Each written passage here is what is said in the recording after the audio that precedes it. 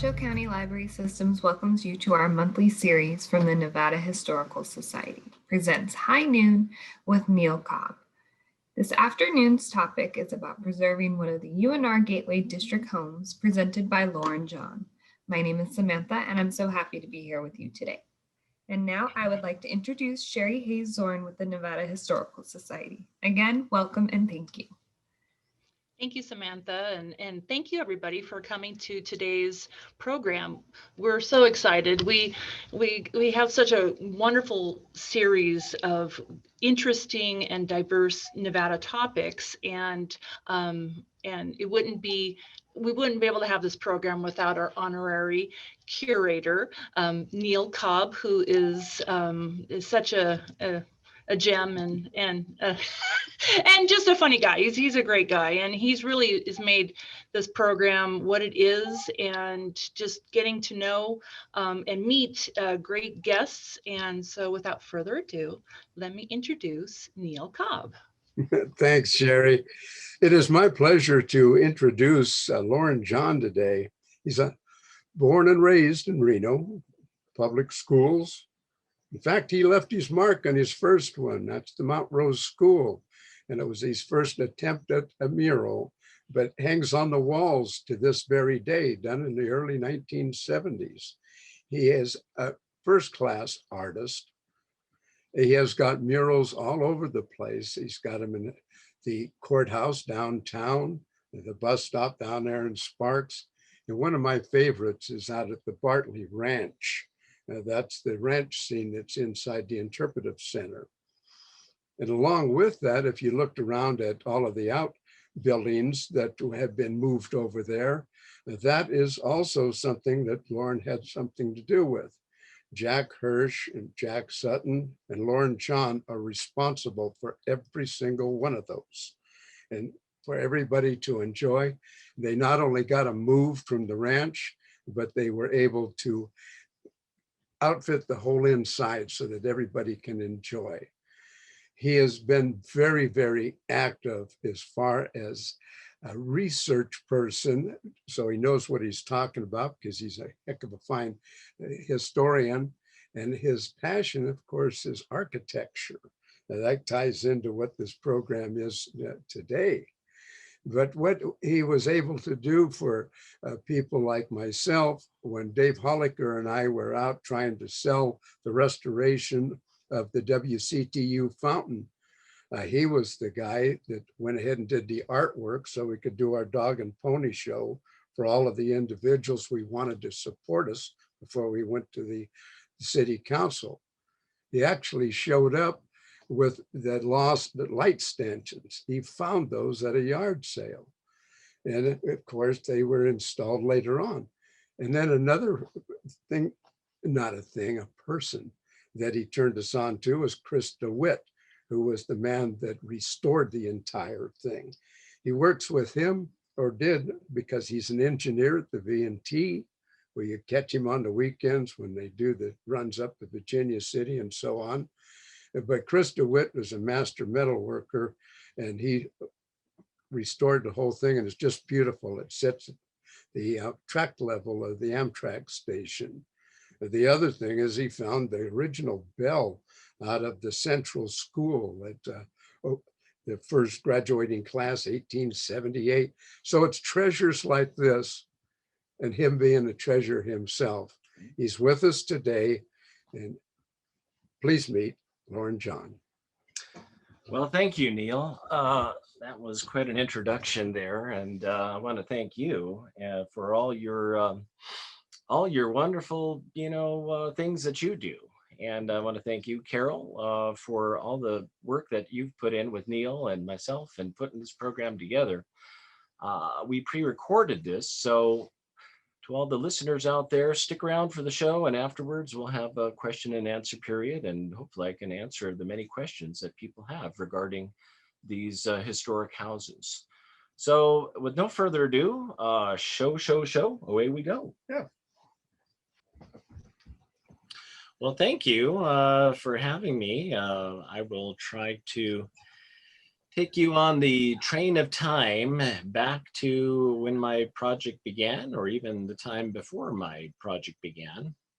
So everybody get aboard, and we'll go back into time before the infamous last year, and we'll try to take you back into time on the story of the Up House. Starting about 2016, the University of Nevada came up with a program to develop and expand the footprint of the university further out into the neighborhoods of the former city of Reno.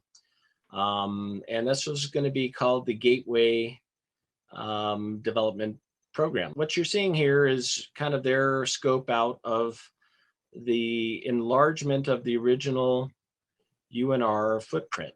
These shots, you can kind of see the extent of the expansion of the university area, also going down into the Tessera project area between 4th Street and 5th Street, and the areas leading up to the freeway. Full scope of their vision is for an expanded university footprint. So here you can kind of see really, I think, the future of what they're intending to build in the Tessera and the Gateway. What you can't see is what was, because that is today gone. But back in the day when Center Street was named really University Avenue.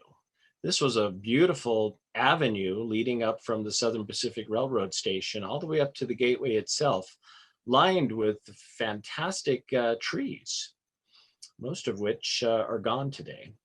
Here's the Gateway with Morrill Hall in the background. This is what you would have first seen coming up to the university up University Avenue. So historically, the city was built up to the Gateway when the university was relocated, and Morrill Hall was built on the benchlands, which the university was given to develop the new University of the state of Nevada. So as the city grew, they grew the city up to the university. So this addition, which was part of the Evans addition over the former Evans Ranch, was built with these very beautiful Queen Anne cottages, and almost created itself a cottage row of very ornate and very interesting cottages surrounding the university. Here's a wonderful panorama in color of the houses the university offered as part of their program to divvy out these historic houses to the general public. And this photograph was taken during the development of the program. And it was by Emily Navarro, I believe, if that's correct. But at any rate, it shows the extent of the collection, as it were, of the historic houses that were being offered to the general public. We'll take a quick tour here of what was offered. This was the house I wound up with, the Joanne de Longsham's cottage. And this is pretty much the condition I found it in when we took the tour. Next to it was the beautiful Atchison house, which was a much larger house. This was considered, back when they built it in the 1890s, a 1.5-story cottage. It was still considered a cottage, but a Victorian cottage. We're talking 10-foot ceilings and 12-foot attic area. So here is a great comparative of what was then and then what was offered more in recent times.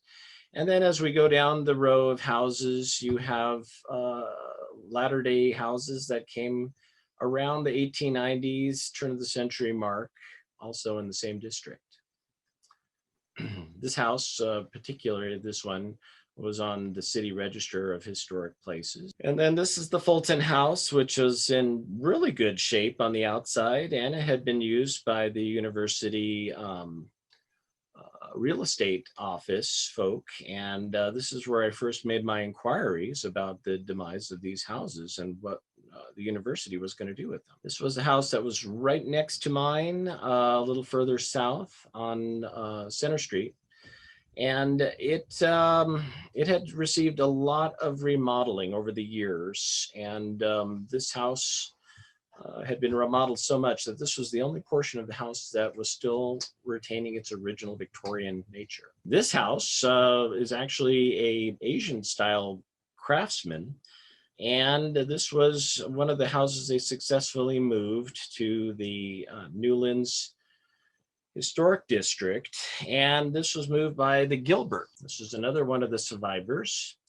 This was moved by the Krug family, and they call it Dutchy because it's a Dutch colonial, one of the few Dutch colonials left in Reno. This is also one of the Krug houses. This was quite an arduous task to move this house. This is a 2-story craftsman house, and it's pretty large. My structure would have fit inside this house. It's so big. However, they were very successful in moving this house, but nearly killed the house mover in the process of moving it. This is some of the example of some of the details on one of the houses that did not make it through into the house moving. Nobody accepted this house, and it was a lot of work, and it was a pretty big house to move to. So it was one that definitely was demolished. Here's another one of the soon to be demolished houses. These houses were all offered to the general public, and they all look like great houses. You know, they were all built around the same time period. These ones came a little after the houses on Center Street. These are more in the, I would say, the turn of the century area by now. But they were all well-crafted houses, built very well, but each one was by no means a perfect house. Each one had issues and problems that people either wanted to deal with or not wanted to deal with. This was part of the Evans Ranch. And after the university had relocated to Reno, Morrill Hall was built and certainly finished out by 1887.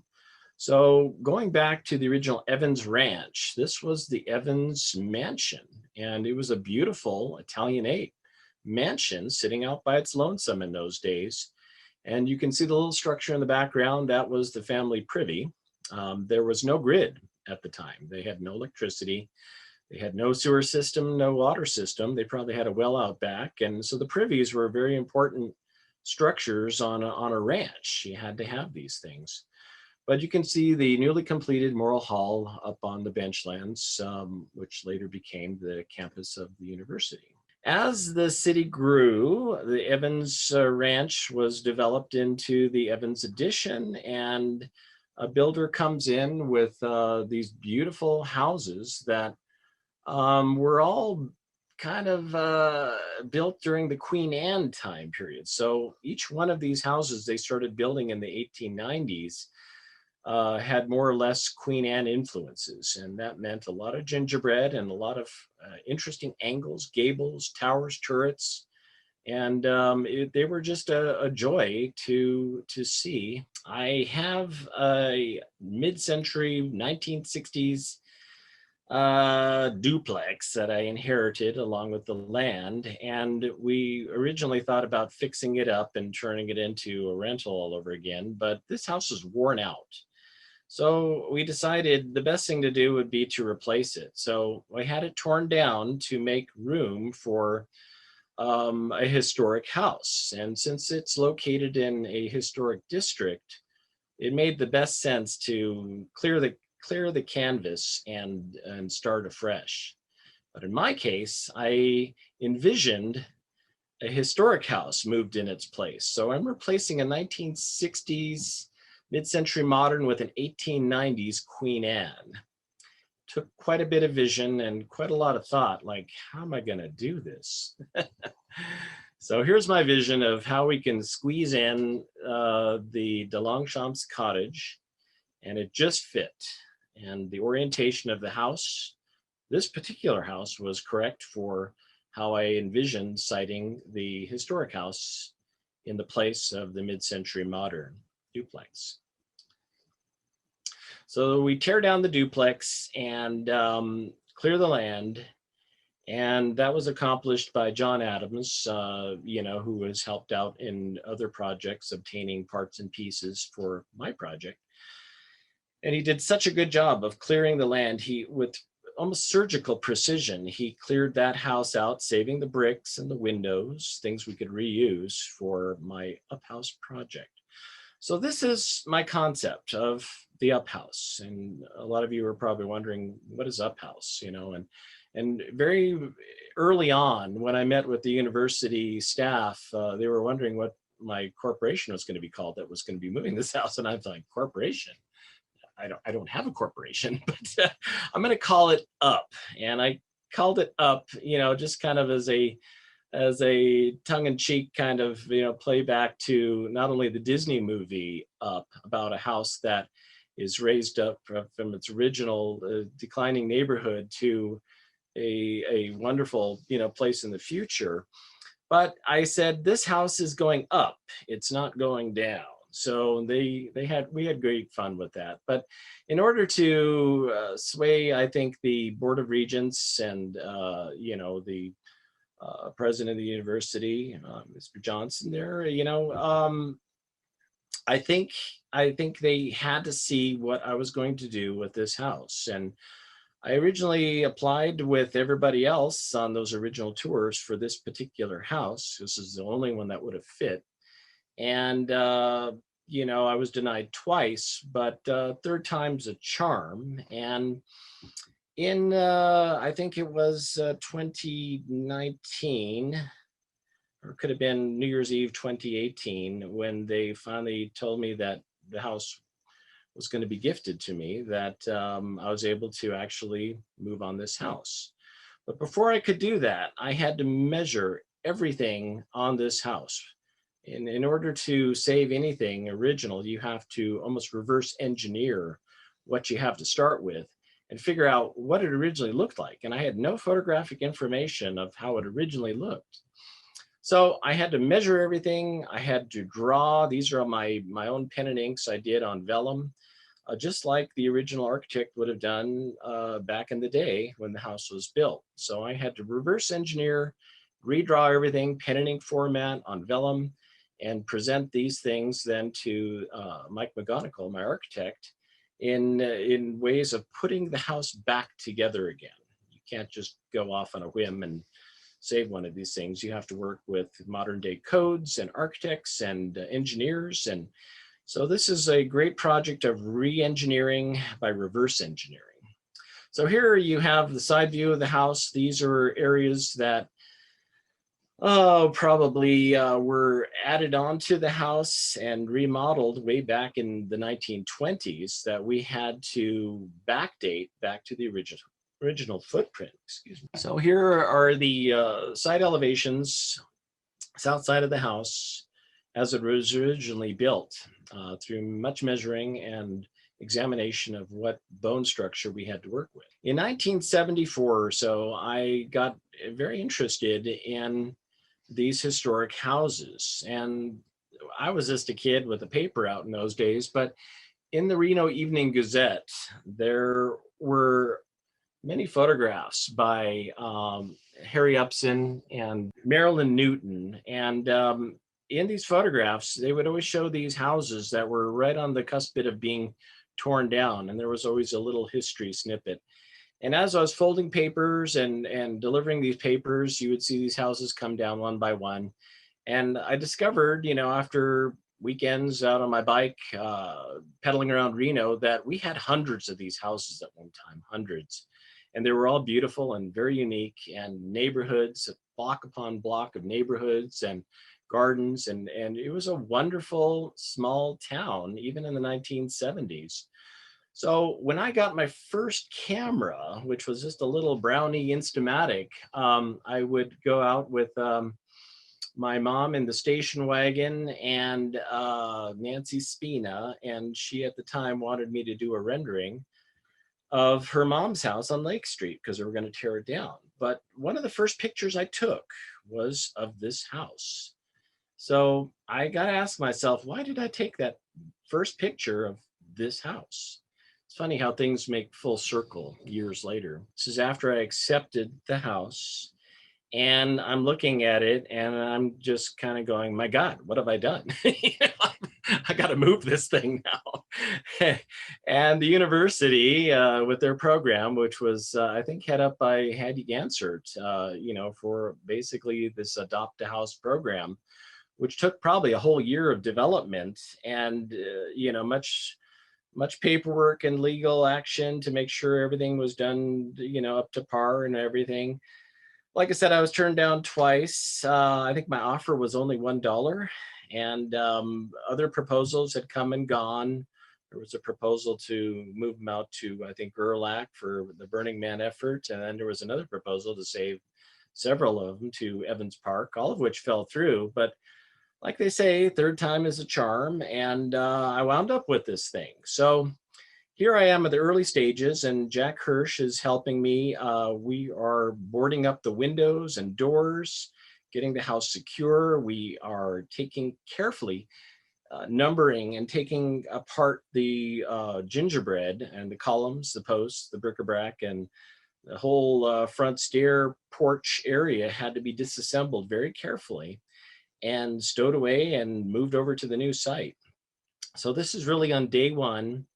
And granted, they only gave me a year to get this house moved. So here we got the house all boarded up, and the porch is secure, and even the front paling fence, which was a recreation going back to the 1970s when Joanne de Longchamps spent quite a lot of effort restoring the outside of the house. Thole Fence, who has been around in our community, helping out with fence projects since about 1912.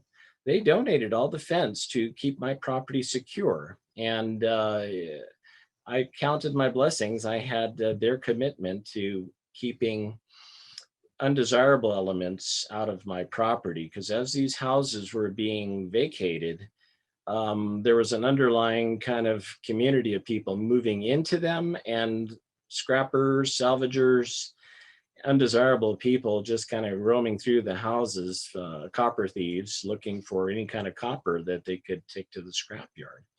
So the perimeter fence, which I call the safety fence, was essential. And thanks to Thole Fence for their very generous donation of their crew, Nacho and his helper, coming out and setting up this fence. As the house is actually moved, they kept moving the fence. So we had a fence around it since day one, and it's still around the house today. So going back to first impressions, when we first took the tours of the houses, you basically signed up for one or two houses and you took the tour. And these were some of my first impressions of the de Longchamps house. A beautiful stained glass window over the transom greeted many visitors. The original doorknobs, escutcheon plates, hardware, all dating back to the original doors that came with the house in 1890. The doorbell was original to the house, and it was a hand crank. The outside was like a coffee grinder. You would turn it and it would just spin a couple of balls on the inside and let you know somebody was on your front porch. Interestingly enough, a lot of these hardware pieces were manufactured in Chicago in the 1880s. And they didn't make it out west until somewhere in the 1890s. So this particular doorbell has a manufacturing date of 1860, predating even city of Reno. I mean, it's amazing how much of this fabric they made back east during the Industrial Revolution. And when it came to building houses, you had quite a large storehouse of pre-made items that drew back to the time period of the Civil War. The original hinges were beautiful Eastlake designed hinges. These are cast iron hinges. They've been on the house ever since the house was built, and they're quite beautiful, but they came up with cast iron as being a little stronger, less malleable than brass for hinge points. And they came up with this Japan technique of making them look like an anodized bronze. Cast iron mailbox, hand painted back in the day, and this was still in use until we had the safety fence up. The mailman still tried getting mail into there. These are some of the details on the outside of the house, window dressing, door dressing. These were original to the external side of the house. Inside of the house, there was another panel towards the back of the house, which had stained glass in it. All of this had to be carefully removed and conserved before we could even think about doing the rougher work in there, like asbestos removal. This wonderful 1890s period sink was given to me by Christopher C. DeWitt down at the State Railroad Museum. And this is the type of sink that you would have found in a period house like this if it was actually built with an interior outhouse. But back when my house was built, it probably had a privy or outhouse out back. And as far as sinks, it would have been a sink just like this, which we intend to put back into the house. This is a front porch of a period 1890s house down on the Lake Street demolitions. This area is being expanded for the Tessera project, I believe. And the whole block of Victorian period houses were coming down, not only on the Gateway, but they were also coming down all around Reno, West Reno, the Tessera project between 4th and 6th Street. Entire city blocks were basically being evacuated. And of course, there was the asbestos alleviation that they had to do in between. And then demolitions, and they happened pretty darn quick. And literally a house, two, 3-story house could be there one day. I could take a picture of it and then it'd just be gone the next. So here is a front porch that we were able to conserve for reuse in my uphouse project for rebuilding the south side porch on my house. So by virtue of saving this original fabric, the 1870s, 1890s parts and pieces from, or the guts from other houses are all coming back together in my example. Going back to the Gateway structures, these houses from the street, they looked like beautiful little Queen Anne cottages, and we took the tours. I toured this one.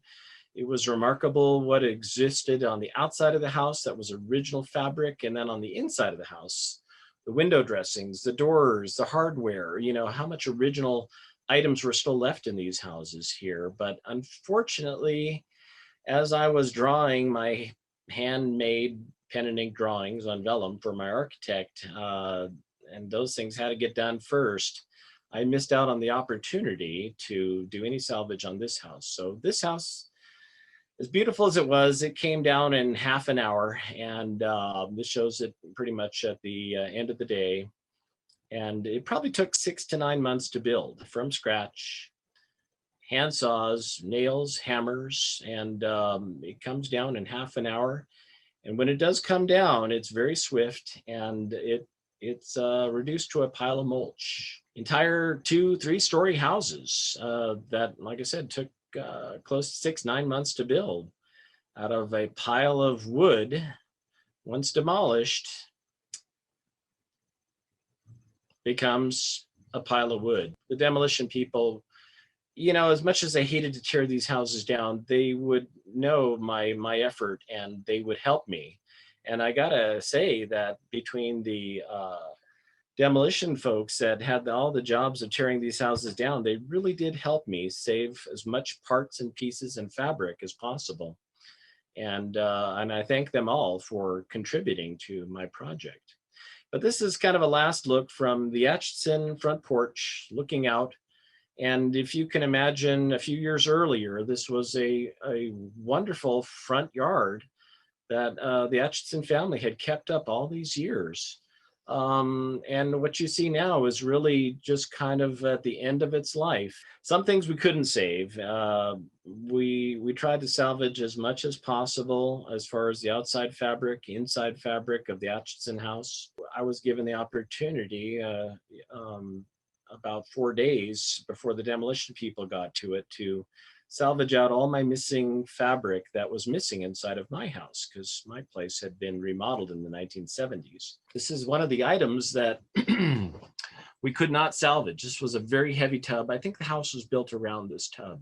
The Atchison house is one of the best and finest examples of Queen Anne architecture in the city of Reno. And if you ever noticed in the historic photographs looking over the city of Reno in a panorama, you can always make out Morrill Hall, and you make out towers of churches, and you always see this tower, this very tippy top of the tower, in many of the historic vignettes and panoramas. So I was very interested in wondering if maybe we could save the tower. But when they actually did tear the Atchison house down, I asked the demolition folks if they could please try to save me that tower top. And granted, the house was 40, 45 feet up there. They did their best to, like I said, kind of work on a pile to turn the house into a pile and then rest the tower back on itself there. But when it fell 35 feet, the aftermath was just the very tippity top. So here's the tippity top in the back of my truck, and I moved it myself, and with the help of an excavator loading it. And there again, it shows that even the demolition folk were intent on saving at least something that we could reuse. So this will be eventually restored back to my new site as maybe a little garden shed or garden house in the name of the Atchison family. But once you tear them down, where once you had something beautiful, now you got just a pile of mulch. So this kind of shows the site after the last house, the Atchison house, was demolished. Getting back to the up house and its endeavor to move, we had to go through a gauntlet of various things before we could actually move the house. Asbestos removal, asbestos checkout, air quality approval, air quality checkout. So everything had to be made safe before we could even think about getting crews in and under the house. So here's a glimpse under the house, and it shows the main pins that we saved, and this is holding up the center beam of the house. Scott Heavy Movers, they are some of the best house movers in the country, and if not some of the only house movers on the West Coast. I'm convinced they can move anything. But in order to move this particular house, they first had to get in, get under. We had to peel this house back to its original footprint, like an onion, back to its original foundation. And this is what they had to start with. So we had to do quite a bit of work just to get the house down to a manageable footprint in order to fit down the streets of Reno. Next issue of business was get steel under the house, bolt all that steel together. They used a very interesting, pneumatic jacking machine that lifted the house off its original brick foundation, which you can see right in the foreground. And then they had the ability, once it's on wheel trucks, to rotate the house. So we had to get it up and out of its foundation hole. And then we moved it right over to the adjoining property where they had just demolished the house next door.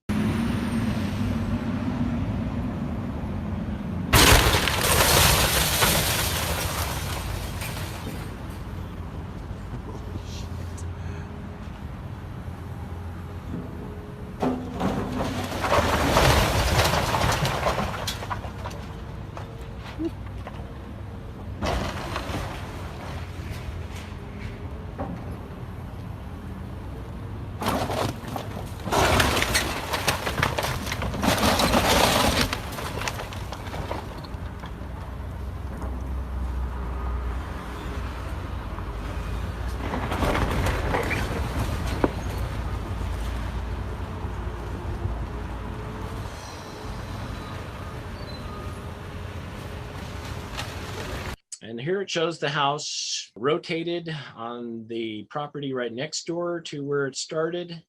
And it's sitting on iron. It's got wheels under it. It's ready to go. And I already put the Christmas wreath on there, expecting a pre-Christmas move. So it looked nice when it came over to the new neighborhood.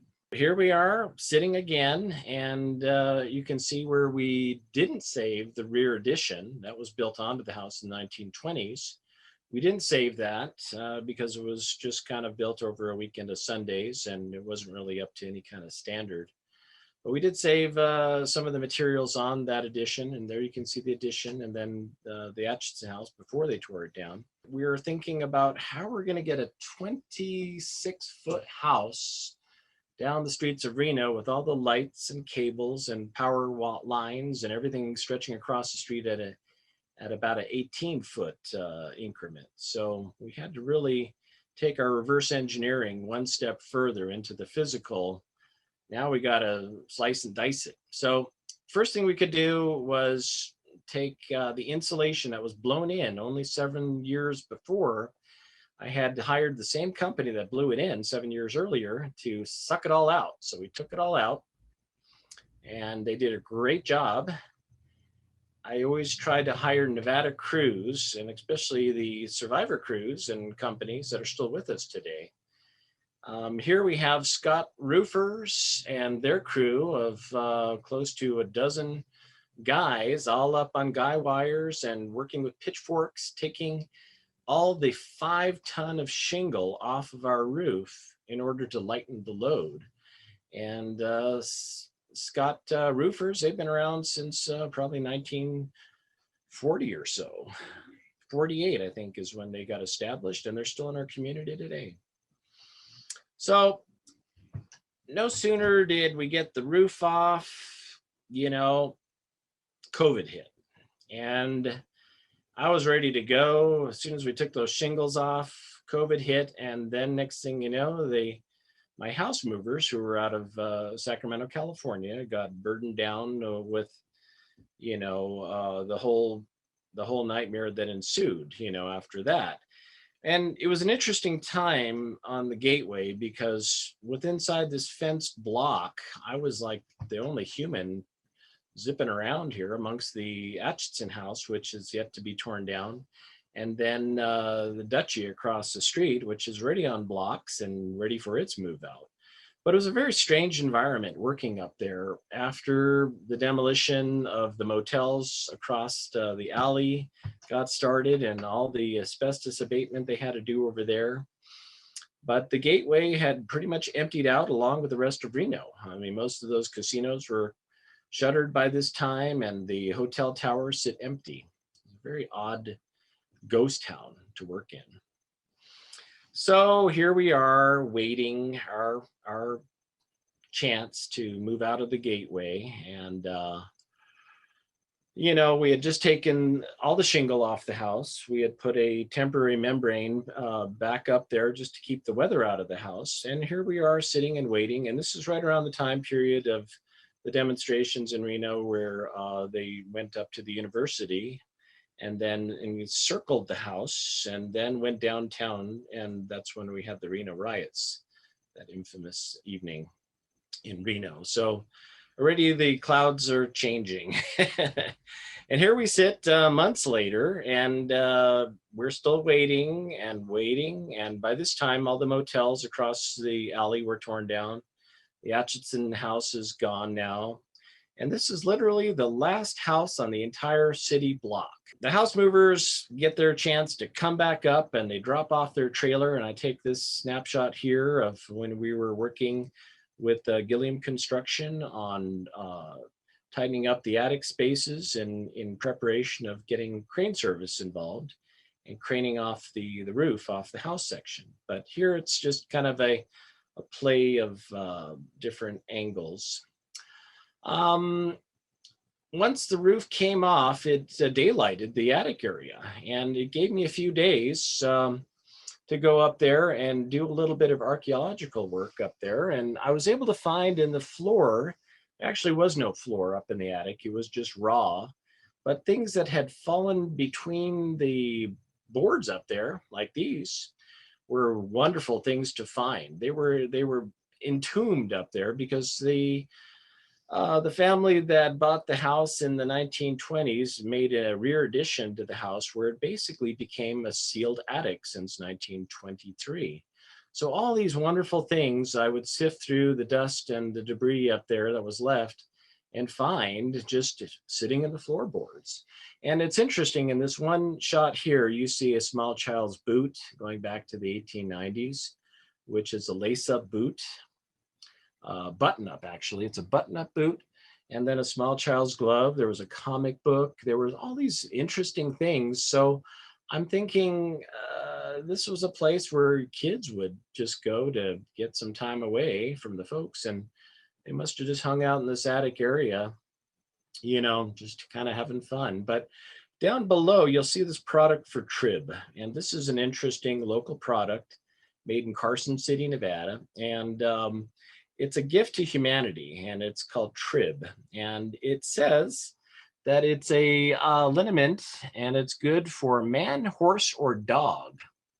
So this is a cure-all that dates back to what they were drinking, I guess, for the 1918 Spanish influenza outbreak they had in this country. And this was a local made product that I guess made people better. There were interesting pieces of ephemera up in the attic, this one dating to 1898. There were newspapers for the Reno Evening Gazette and the Journal. And it was wonderful to come across these things because they had been used for insulation. And anytime you had a draft or something or a hole, you would plug in some old newspaper or something. Now, also, I was finding in the floorboards interesting dated ephemera, some going back to the original, maybe builders owners. William Carter originally had this house. And some of the ephemera that I was found up there are places from Aden, California, 1888. And there was even a train ticket to Verdi, Nevada, and Southern Pacific. You could literally take a local train to Verdi, go fishing for the day, and come back. Photographs. There were a few photographs that I found up in the wall areas that had somehow filtered in there and fell through, or maybe they used them for patches. But this is an interesting daguerreotype, I believe, that has a young girl walking up, I think, the gateway. So here we have my contractors, the Gilliams, hard at work, stuffing the attic with the bone structure. The house movers had put up a metal gantry to help lift the roof off the house. So in order to get everything up there, we had to stuff it with the beams and the structure that actually kept the attic structure from imploding or pancaking. So this is how we got materials up and in. Here we go, up, up, and away. The up house is going up. It's about the closest you'll ever see this thing to flying. It's a Victorian flying lumber yard. There she goes. That's how you do it in Nevada.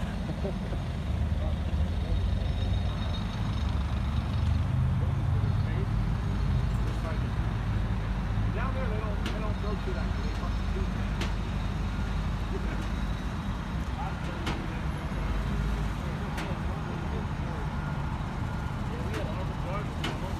Yeah, they did an amazing job on that.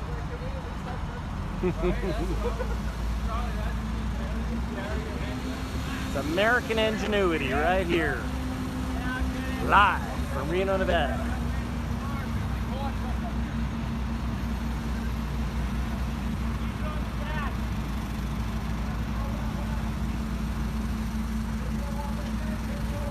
That's cool. It's a Victorian flying lumber yard.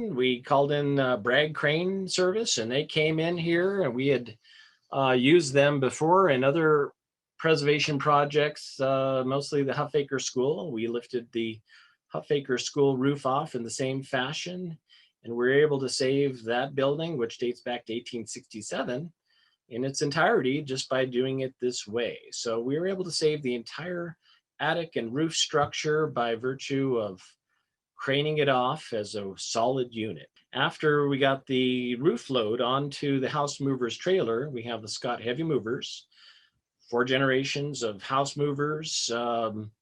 And here's our crew shot, and here's the roof sitting on their trailer ready for export.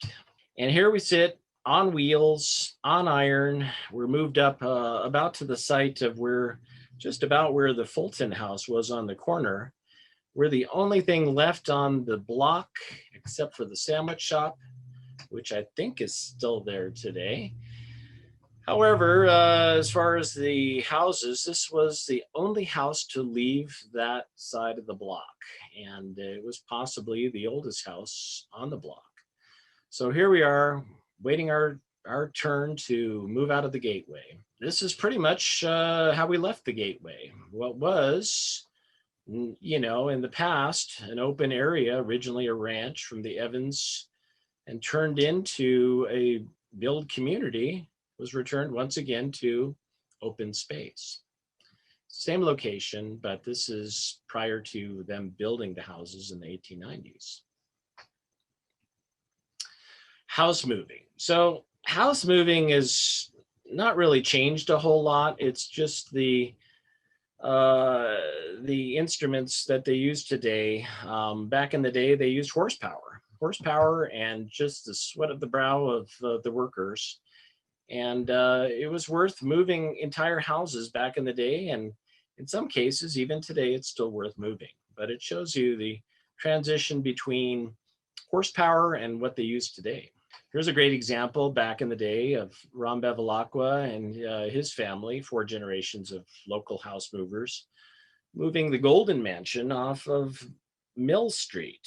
This was a mansion. This was about the size of the Levy Mansion, you know, in size and girth, and it took up the entire Virginia Street. But here they're using 2 horsepower and a windlass in order to bind the chains, inching this house on steel roller wheels sitting on some massive wood frame. And they're moving the entire structure, 3 stories, this mansion, down Virginia Street. This house was successfully moved down Virginia Street and set up where about the Coca-Cola bottling plant where Junkies is today, and later it burned. Here we have the Gilbert's house being moved almost in the same position right in front of Washoe County Courthouse. This was the first house to go over the new Virginia Street Bridge, but traditionally Virginia Street was one of the main corridors for moving many houses in Reno's past. And then back up to the campus, we got Charlie Scott from Scott Heavy Movers. And here we're working with the Reno Police Department and the NDOT officials. We're weighing the house. Before we could take the house on its 2-mile journey across the city of Reno, we had to figure out how much the house weighed. We were able to move the house successfully over the antiquated Arlington Street Bridge. But here we are weighing the house and getting ready to move out. So we're moving it down the streets of Reno. It's 6 o'clock in the morning in August 2020, and we're finally moving. It's move day. And the house movers predicted that we would maintain speed limit. And as anybody knows, it takes 15 minutes to get across anywhere in Reno. And in this case, we were hauling a house and it took us 20 minutes, which I think is an all-time speed record. We only had 1 light to move out of the way, so we could clear the light at First Street in Arlington, and then over the old Arlington Street Bridge to West Taylor Street. And then the work began. We had 2 blocks of trees, and everybody's very adamant about their trees. So the city forester was good enough to come in and kind of clear a swath through the trees, and we just made it. However, we had to hog the house over in a couple people's gardens, and here we are flying over my neighbor's garden first thing in the morning, and we just cleared a fire hydrant and a few elderly trees. And you can see we've picked up a few branches along the way, but we're snaking our way to its final destination. And then the roof followed us in second section. It had no problem getting through the trees. And then here we are. Once the house mover worked the house down the ramp into its build site, we took a nice little group shot here with the Reno Police Department and Scott Heavy Movers, and we accomplished moving the house, getting it out of harm's way. Here's a nice little family shot of my brother and his wife. And My son Wes being the inspiration for tackling this project, and here we are after we got the house successfully moved. The roof, since it came in second section, they only allowed us one day, and that was Sunday, to move the house. The roof came in right behind us, second section. So first thing Monday morning, we set up for putting the roof using crane service from Bragg Cranes, putting the roof exactly on the way it came off. Next morning, Bragg comes in Monday morning and they set up their crane.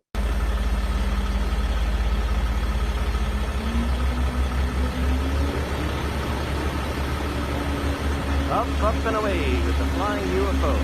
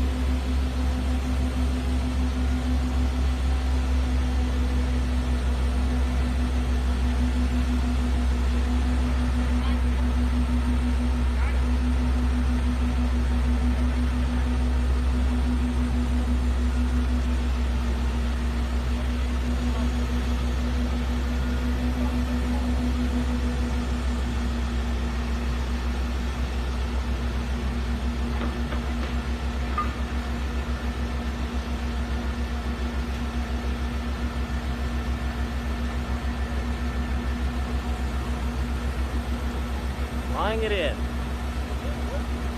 August 10th, 2020. Reassembly stage.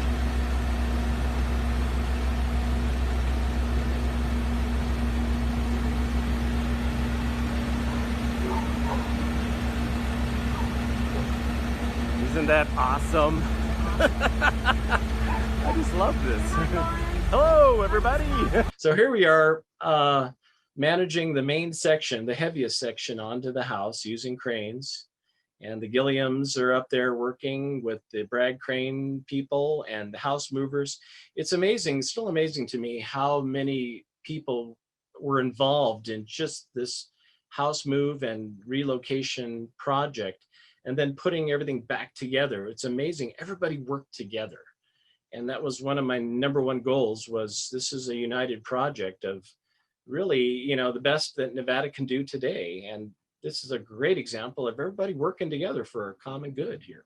Once the Bragg crane service was done, the house was reassembled, and you can see it's blocked up. The house movers were nice enough to block it up 7 feet or so. So the next stage of rebuilding the foundation under the house could be done. So this is right after we got the house on its new location. And just for the fun of it, I had balloons put up there because it was my son's birthday and it was also Charlie Scott's birthday. And this is the, I don't know how many hundredth houses that they've moved, but I wanted to do something special and a tribute to, once again, that movie Up, where they used the balloons to move the house. So whenever people would come along and they're like, how did they move that? It's like, balloons. And then once again, the Thole fence folks, Nacho and his helper, came by and they put up the safety fence to keep the curious from getting hurt or just wandering around in there. So thank you, Scott Heavy Movers and Thole fence folks, for successfully moving this house to the historic neighborhood. And then the work begins. Gilliam Construction. These folks, like I said, they took on the challenge of not only figuring out the way to take this thing apart, but they are also faced with the challenge of putting everything back. So anytime you got to reverse engineer anything, it's always more work putting things back. So here we got Gilliam's hard at work, house reassembled, We're tying everything down up to code with, you know, hurricane strapping, and we got to get the original ironwork that the house movers put in, got to get those things out. We've got to get the whole superstructure they built inside the attic out. And then we discovered that there was some dry rot in the main sills of the house. So these sills had to be replicated with in-kind materials. The methods we used to put the sills back in order were duplicated by the fine craftsmen that they used, using tools that I supplied to them, saying, well, if it was good enough for the original crafters in the 1890s, it's good enough for you guys. So luckily, we had Darren at work here, and he's teaching his young apprentice how to use these ancient tools. You can see one of the main plane chisels here that they use to kind of smooth out the joints, the lap joints of the main sills, which they replicated. And then the big gang saw that you saw there on the wheelbarrow, that was what they originally sawed these materials with up in the mountains in the mills. So we replaced the rot in the main sill on the right side, and that gets renewed. And then once we got the undercarriage all restored back, then came the process of trying to figure out foundation. Here they're plumbing directly off the footprint of the house, and they're setting up their forms. The B&T contractors handled all of the concrete form building and the pour of the concrete. All of this had to be just figured out in field, basically, and everything had to be reinforced with rebar up to code. And everything had to be, you know, pretty much done as they would build a modern house today, but made to accept this ancient frame once it's set down. And here you can see on pour day, everybody working like beavers out there. One neat thing, on one of the pedestal piers, we did a dedication to the original house being built in 1890, being moved, relocated in 2020. I had everybody on the crew sign those piers. So I found it interesting when I was digging through the house to find small evidence of the people who came many years before me. And they all left their little monikers or their names or something as a clue to actually who built the house. So we did the same thing. We have one of the original bricks and a gold and silver spike and dates and names. So here's the completed foundation. All of this work had to be done under the house. And many a time somebody would bang their head on one of those beams. And but you got 30 tons held up by two main I-beams on cribbing. And all of this work had to be conducted underneath this 30 tons of house sitting above you. And it was interesting because when it was sitting up on those piers, on those pilings, we had a couple of earthquakes, and oddly enough, you never felt them inside of the house. And one day when we had an earthquake, I was up in the attic, never felt it. So here we got the machine that they use in the house moving today, that from one bank of gauges and controls, you can control the jack points of up to about 6 different jack points. So the last step of this house move was the last couple of feet. Hey Duke, let me know we're like 2 inches hovering. Hey, you want to try and push a block over on that foundation and put your... So once the house is settled down on its new foundation, it's snug and it's never been more plumb or level. And here you see the completed foundation and my vintage 1923 Model T in front of the old house again. And I think, you know, in hindsight, everything fits exactly the way I envisioned it to. And the neighbors seem to love it. And it seems to fit the eclectic nature and history of the neighborhood and even the, you know, the aesthetic of the other houses, which are mostly from the Craftsman time period. But Taylor Street alone has up to a dozen houses that were all moved to West Taylor Street. here we sit in May in May 2021, and the house is now sitting firmly on its new foundation, and Scott roofers have come back to do the preliminary repatch on all the roof structure. It's dried in, so we're good for a springtime weather. And this takes us back to my inspiration really for saving this house at the point when I was about ready to give up on being turned down twice. My son Wes, on the right of me, said, "You should just go for it, Dad. Give him another chance," and so we went for it, and it's my son Corbett next to me there, and here we are sitting on the I-beams. And I wanted to pay a little tribute to the university for gifting me this house and starting me on this legacy, this odyssey really, of preservation, something that since I was a kid always wanted to do. And this is one of those rare situations where my family has supported me and the neighborhood has supported me. And even, some of the folks in the Gateway, would come along, and they would help me quite a bit to inspire me to just save one of these things. And I think it's one of those things where I had a lot of time to think about how I'm going to do it. So it was a lot of sit around and wait. We had the opportunity to really conserve that parts and guts of some of those houses they did demolish.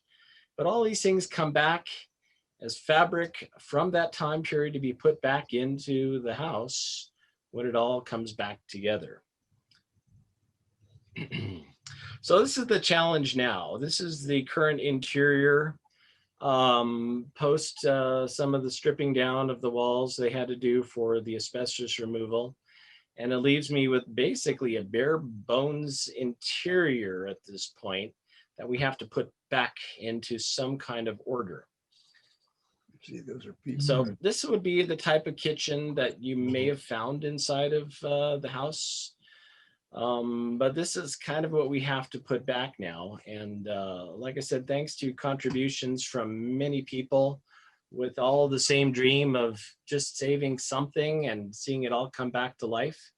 This is one of those inspirational kind of kitchens that kind of gives me an idea or a clue of to maybe how that original rear kitchen could have looked. So at this point, we are now beginning the bulk of the reconstruction, and I take it all back to the original model I built, which goes back to the days of Reno scale models headed up by Dale Darney, who is now passed. But they built these wonderful examples of models of local architecture and examples. And this is the first model I built. And oddly enough, it's very close to the up house.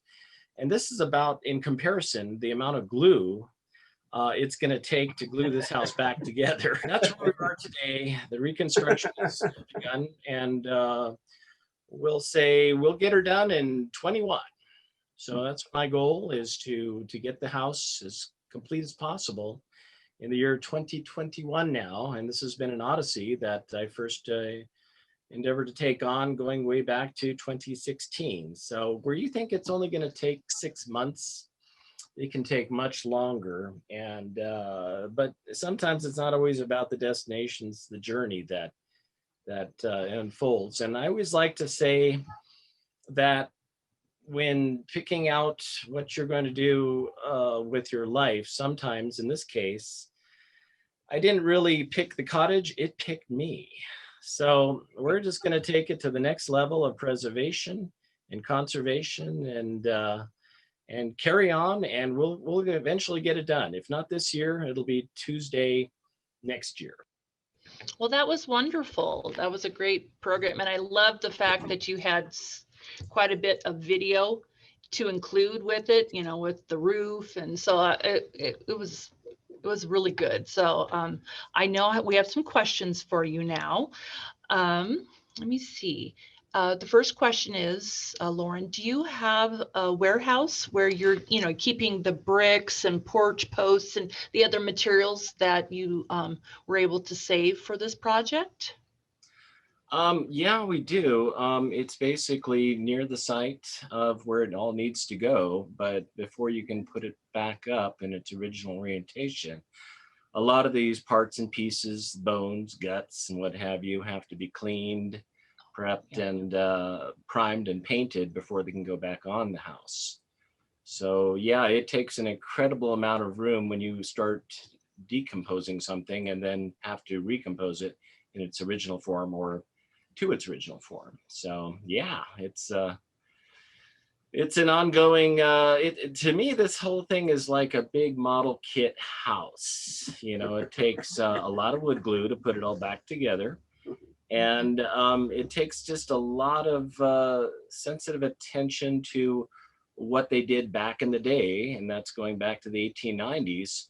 But luckily, and I gotta thank the university in this case here, even though the other 8 houses couldn't be saved and relocated, they were offered out to the general public. Unfortunately, a lot of these houses, they just weren't in the bailiwick of a lot of people to move them and have land to move them to.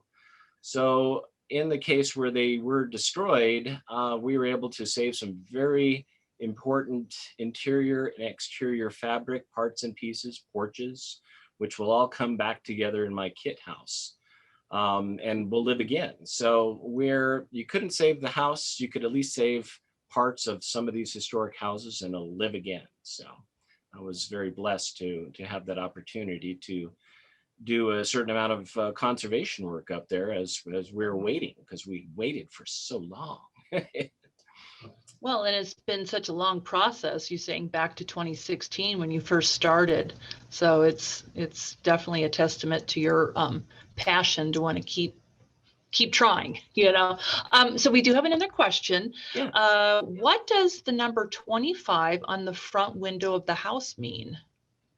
Oh, that's a very mysterious number. I think that related to the university properties that the Gateway, they had a collection of various university-owned properties that were either dorms or they were various. So it's one of the building numbers associated. Yeah, that was one of the building numbers that they used. So if there was anything that they had to go to, they'd go to, say, building 25, Okay, that makes sense. We haven't, at the Historical Society, I think we're associated with a number as well, even though we're not university, but to know where they're located. Okay, that explains it.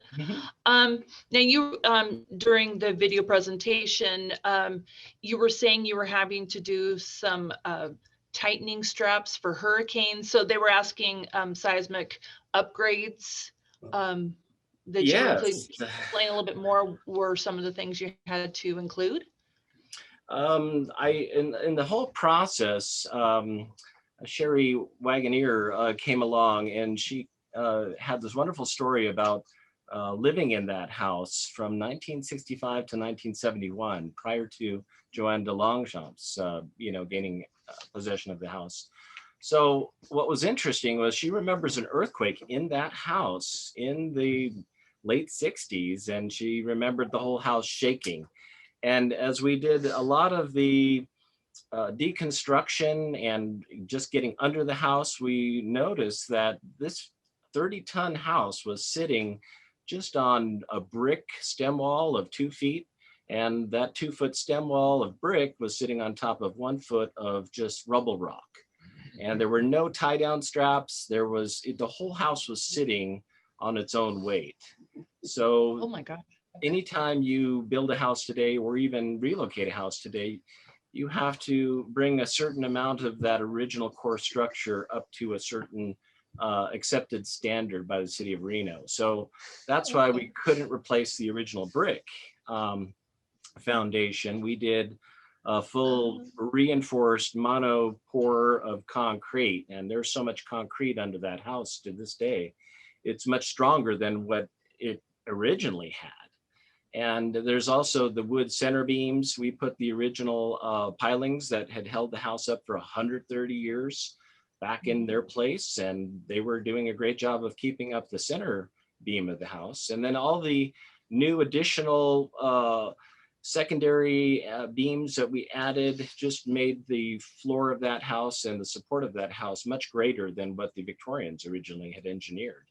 And then with the roof, we had to strap on hurricane strapping, like we get hurricanes around here.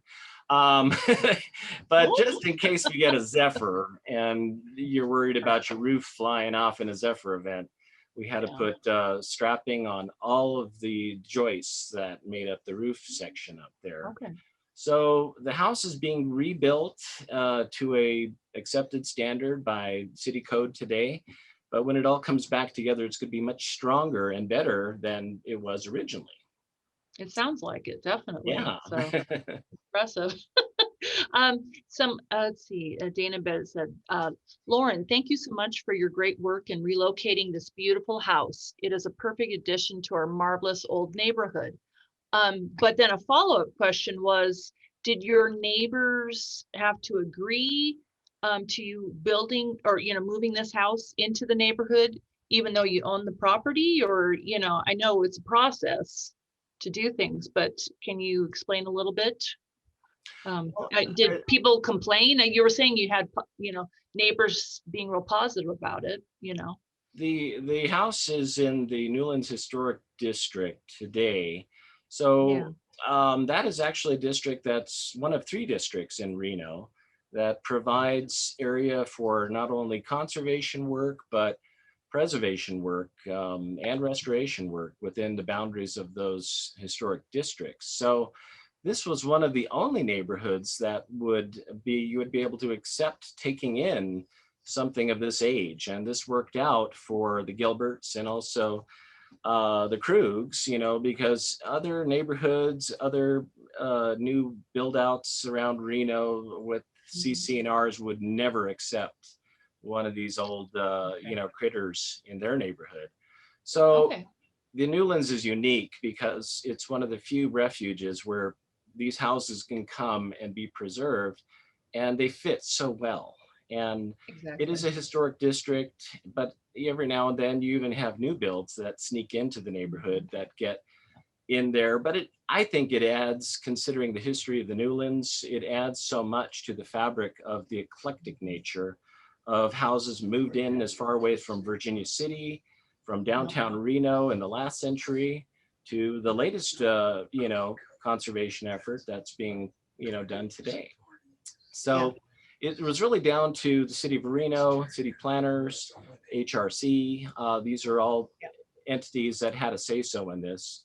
And I had to talk to all of them, and I showed them my models, I showed them my drawings, and they all wished me luck. They were all very supportive, but they all thought this would be super impossible trying to get this house down that street with all those trees.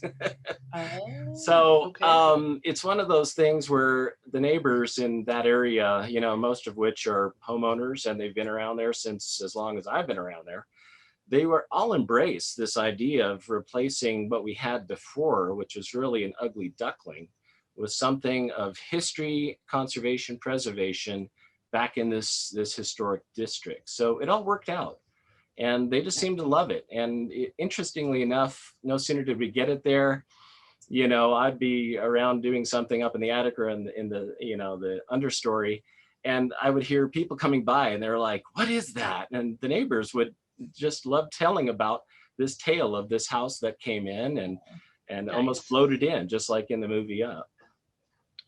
That's wonderful. But whenever people ask, "What is that?" I always go, "That's the stuff dreams are made of." Oh, I like that. I like that. Now I have another question for you. Will you continue to use lath and plaster inside, or will you do something different? We will. If you notice that picture in the show, me with the long hair, well, I was shorn like a sheep, and I saved all that hair, and I'm going to incorporate some of that hair into the new plaster and lath work, because that's what they did back in the day. They used horse as a binder, but I don't have a horse, so there'll be a little bit of me in that house. Okay. Your DNA. There you go. Okay, I love that. And another comment was wonderful recognition of all the people and companies that helped with this project. So it was nice having you talk about that as well. And will you consider another presentation down the road when you complete the interior? I will. Eventually we'll do a part 2. And right. this will be, you know, continuing on from 2021 till Tuesday of, I don't know, somewhere in the year 2030, maybe. You know, I've gotten very good and very used to waiting. So my patience level now is far beyond DMV waiting. You know, I can wait forever on this one here. But no, I think when it's all done and everything comes back together, we're going to have hopefully a nice dedication. And you know, all the folks that have helped out from the university all the way through all the different construction crews and companies, all the people that have supported this project all this time. And it's been you know, an ocean of time. I mean, it's incredible. But we're going to have a nice dedication and maybe some kind of neighborhood barbecue or something, and just celebrate, hey, we saved this. And thanks to everybody, the community, the neighbors on Taylor Street, everybody pitched in. Everybody is just, you know, ecstatic about, you know, we can't save most of Reno, but at least in this historic district, we've saved at least 3 houses. And thanks to the other folks for their commitment to save the other 3 structures from the Gateway. Those houses, you know, they're currently in the same state of being rebuilt and restructured. And it's a very time-consuming process and a very costly process, but it's still one where if you have, you know, support of the community and people wishing you well, it just gives you the fuel to just keep on going into the future with some treasury of the past. So thank you everybody for helping in this process. This is just, I'm just enjoying the journey on this so far. So the legacy goes on and the odyssey goes on. So it's just a question. What percentage would you say of with your project so far maybe has been donated? You were saying, you know, like the fence was donated, you know, they were willing people to give you parts and other stuff. Can you mention anything? We're not trying to be nosy, but I was just curious because it sounds like a lot of people are excited about your project and is helped in different ways. Is there anything you can mention a little bit? Or yeah, this is an artist cottage going back to, you know, the famous artist Joanne de Longchamps, and she taught for the university. And I've even heard tale of many great cocktail parties in this house, you know, during her time period. And it was Reno of the 1970s probably, and you know, you had literary you know, folk and artist people, and they must have had some very great you know, parties in this little house. And it has a very good aura about it. And part of what we're doing in refitting it with 1890s parts, most of which came from the salvage work we did up there, that will all be feathered back into the house. Along with that, there's, you know, folks in the neighborhood that have heirlooms and things, and maybe their kids or their grandkids don't care about this old stuff and they want to know if they can donate. And I'm like, sure, you know, we wound up with a beautiful pump organ, you know, from Richard Sauerbach, and this came from the Cullen Ranch House. And, you know, just the type of things that you would find in an 1890s cottage are all finding their way back home here and all can live again. So in the future of the Little Up House, it will be sort of a neighborhood collective point for all of old Reno, you know, the Reno that maybe people don't want anymore, but it'll all come back and tell the tale of how we used to be and how we used to build things in this country, like houses. And this goes back to the century before the last century. And hopefully it'll be like a wonderful little museum or gallery or maybe a bed and breakfast. I would love to share this with with others that still love the way that, you know, this country was in the century before the last century, even before people can remember. You know, this is just one small step back into time, but it's one large step into the future as far as what the city has lost. And this is going to be around for, you know, longer than we're going to be around. So Sherry, I've got a question. Oh, absolutely. And I was just going to ask Neal if you How had are a you question. paying for all of this? Well, it's all coming out of, you know, the Up House Fund, which I established mostly from an inheritance, you know, that we're working with. And when you, like I said, when you gain a house like this, which was gifted to me, this house was gifted to the university, it was gifted to me. I inherited the land. It takes a lot of resources to take something like this and move it across town. And I think that's kind of what shied most people away. What is the bid as far as the roof itself that's not on the shingles? Well, everything costs. Where you expect it to cost X amount, it doubles if not triples. However, we've made up a considerable amount, considering the rate of lumber prices going up these days. We've made up a considerable amount by the salvage. So I'm missing materials because of the remodeling work they did in the 70s inside of the house. Once the new walls go back up, all these gingerbread details and all these signature call outs that are all from that time period, most of which are made out of solid redwood. And these are the ancient redwood forests that were all milled probably down in Oakland, California. But you know, thanks to Rachel Trendler, she inspired me to go after these things before the wrecking ball. Because once the wrecking ball hits it, it just becomes mulch. You just won't recognize these parts. So we saved a tremendous amount by reuse of doors, windows. We had, you know, window dressings. We had all kinds of reusable original parts and pieces that if you carefully take apart, and you can carefully put them back together again. So it's really a huge model kit project.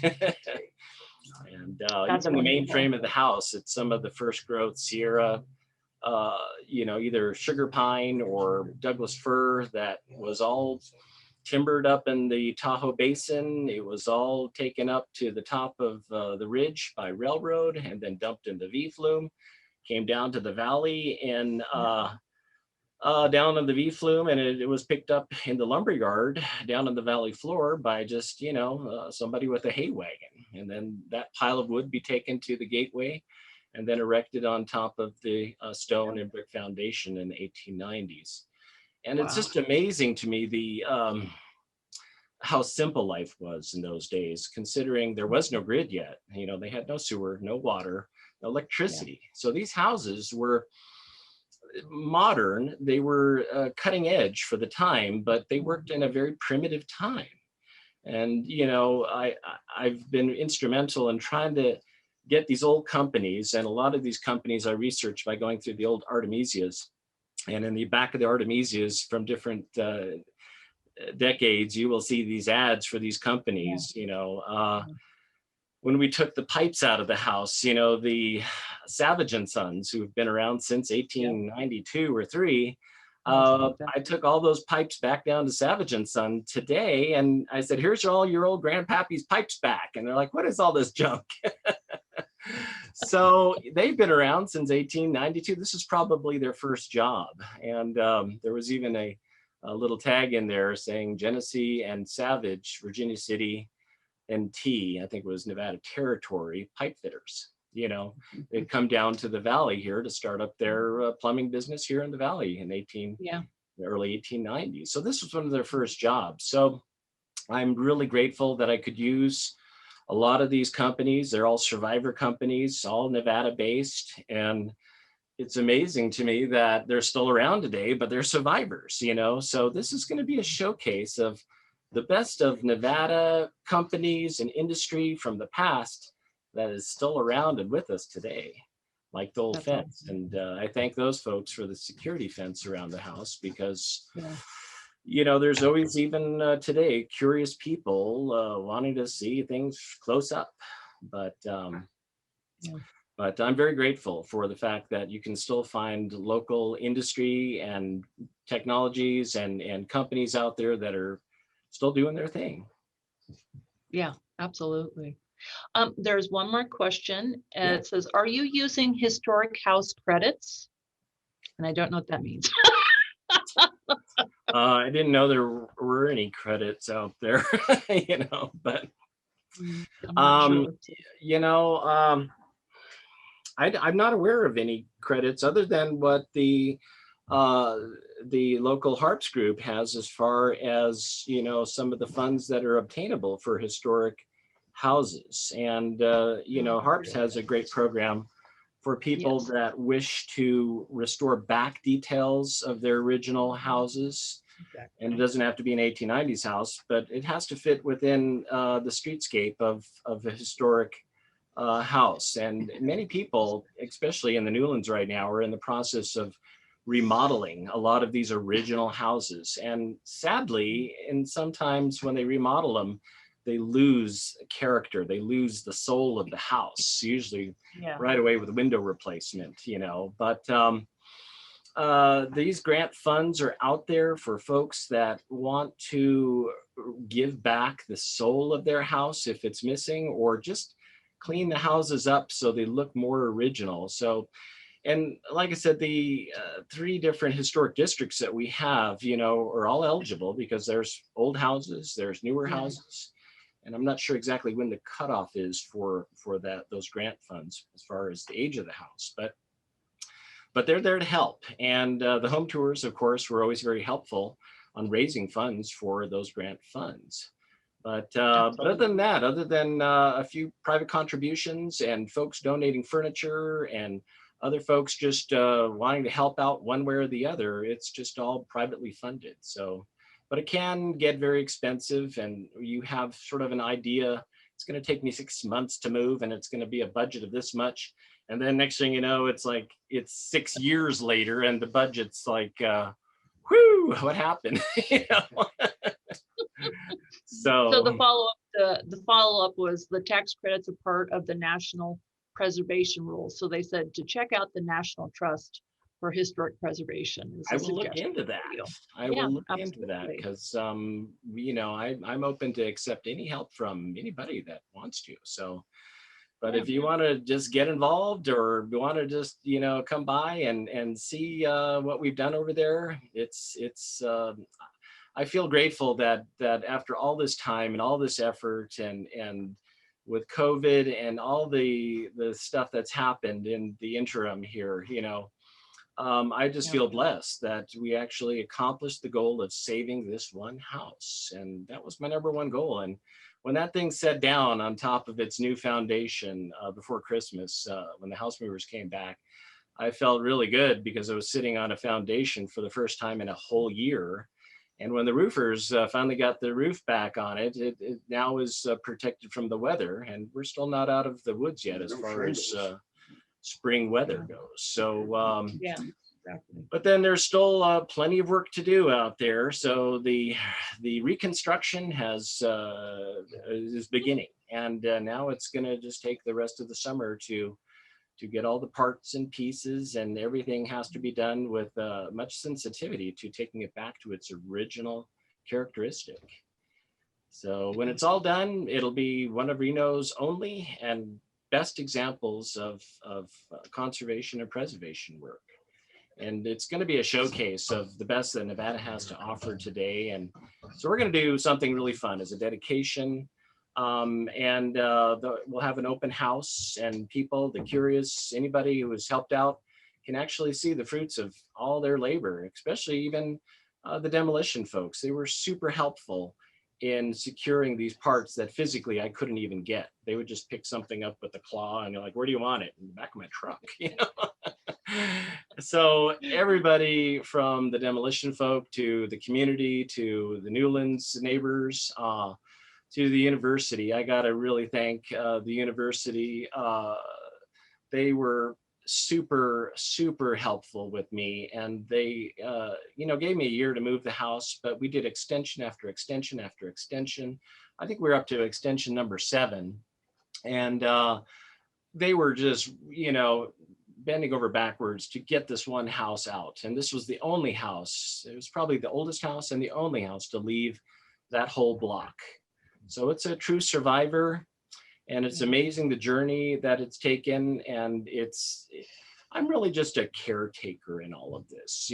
I'm just kind of directing things to happen in a certain way, and then it happens, and then you move on from that point here. But thanks to the university and this program, there really hasn't been any program like this ever in the city of Reno. And going back to when I was a kid, I remember reading in the paper while I was folding them about realtors offering to the general public these houses that were being torn down in the 1970s for $1. And they were even including moving costs. And that was the 1970s. And even in those days, they had no takers. And these houses all got torn down. So where you had maybe hundreds of houses like this at one time, now we're just down to a handful, a mere handful of the best examples. And in the case of the gateway houses, I think out of the 12 offered, 4 of the very best examples did get saved and preserved by the other families. And they look perfect in the new ones. It looks like they were built there. Yeah, they do. But, it's the old adage, you can't save everything. And, like the V&T Engine House in Carson or the Mapes Hotel, the other 8 at the university, or just everywhere else around Reno that is being demolished right now. You can't save everything. And it's unfortunate that the city of Reno doesn't have a dedicated city block where endangered houses maybe could be relocated to, but there's always going to be the financial burden, Exactly. It's not anybody's business when it comes to saving these historic houses. It's really down to the people and the will for people to make a change for the future by saving something from the past. And that's the shocking thing about Reno right now. It's changing so quickly. I can literally just take a picture of something and the next day it's gone. and we have yet another vacant lot. So we've become a very large historical vacuum at this point in time.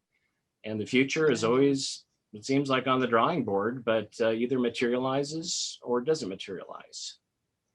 Yeah. But we're living in a time of great change. So yeah, definitely. Mm-hmm.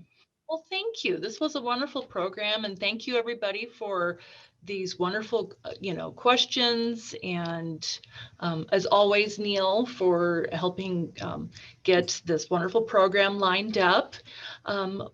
If there's nothing else, I think we'll turn it back to Samantha. We've hit 1:30 or a couple minutes after. And so thank you everybody for staying for this longer program, but I hope it was worth your while and great footage and photos. So we'll turn it back to Samantha, and thank you, Washington. All right, thank you very much.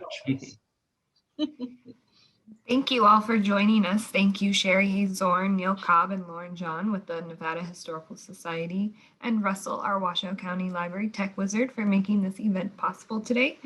Don't forget to sign up for the next live event with the Nevada Historical Society on Thursday, June 17th at 12 p.m. The topic will be ballooning in and around the Truckee Meadows. To sign up, please visit events.washoccountylibrary.us. If you want to see what's coming up, visit us at events.washoccountylibrary.us, where you can access and download our Virtual Explorer, which is a publication of all of our virtual events and resources. All right, we'll see you next time. Bye. Thanks, guys.